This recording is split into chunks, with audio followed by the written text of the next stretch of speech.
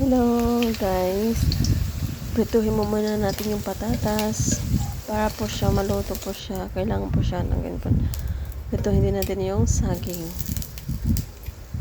Ayan na guys, yung saging. Prito ko na siya yan. Tapos saka natin magprito. Kailangan natin ng baboy guys na ma-brown po siya ng konti.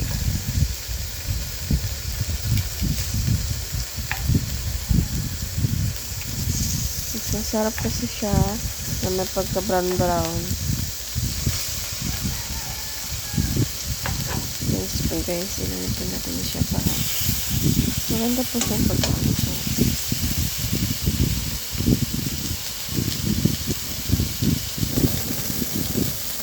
So bago po yun guys, okay na siya guys. Okay na siya. Saka natin mag-isa ng bawang. Kaya lang ang bawang, may pagka-brown konti po siya guys. Para maganda po siya tingnan. Maganda po siya pagkaluto.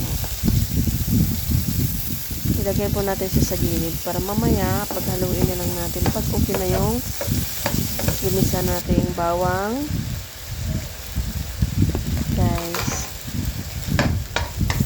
Pag okay na siya ng brown na siya konti, saka lagay na natin ng sibuyas.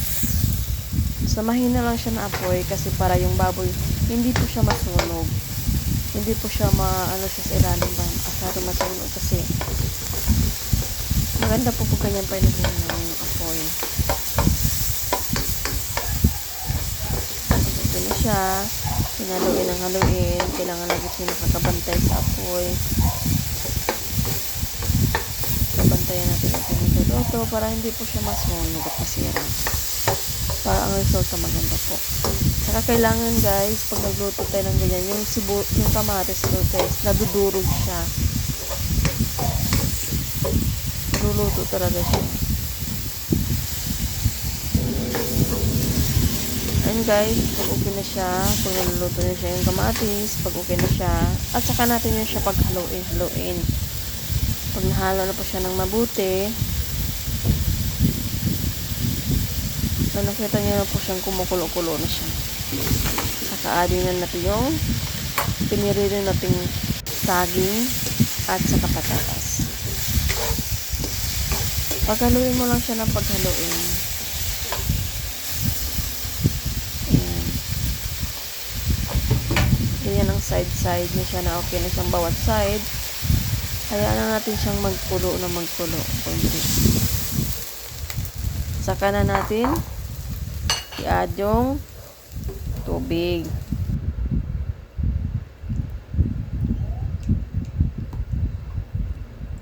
Tomato sauce, kaya i-add ko siya ng tomato sauce para mag-brown po siya. Magano po siya, may kulay po siya.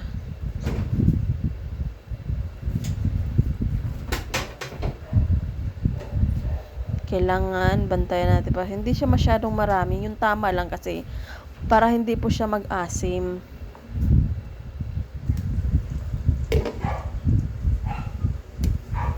Okay na po siya. Nahalo natin yun. Takpan na natin hanggang siyang kumulo.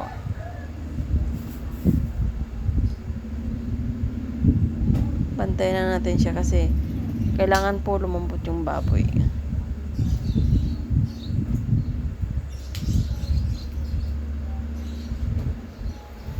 Ayan, pag okay na siyang kulo siya, ano natin nag-ano na siya guys. Ayan, nagmo-moist na siya. At is kumukulo-kulo na yan. Landahan siyang kumukulo guys.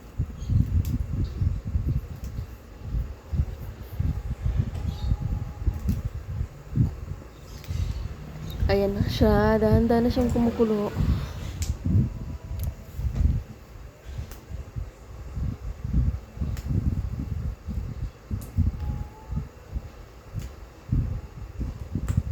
Ayan, kumukulo-kulo na siya unti. Ayan na. Sarap pag masdan yung niluluto mo po, alam mo nang sa tingin mo palang masarap na eh.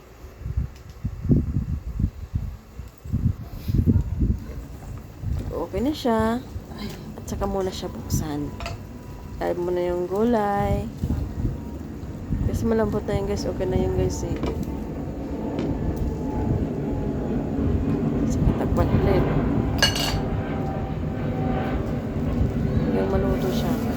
kailangan yung lumambot yung baboy.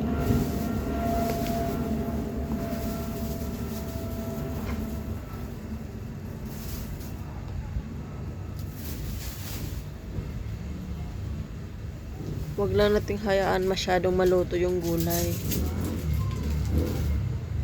Pangit kaya masyado yung naluluto yung gulay.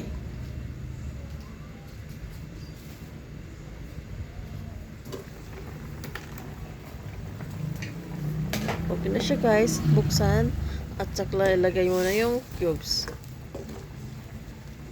Ilagyan ko kasi siya po ng cubes. 4 cubes. Para dagdag lasa. Yan. Tingnan mo palang. Sarap na. Para nakakatakam. So, katakpan ulit.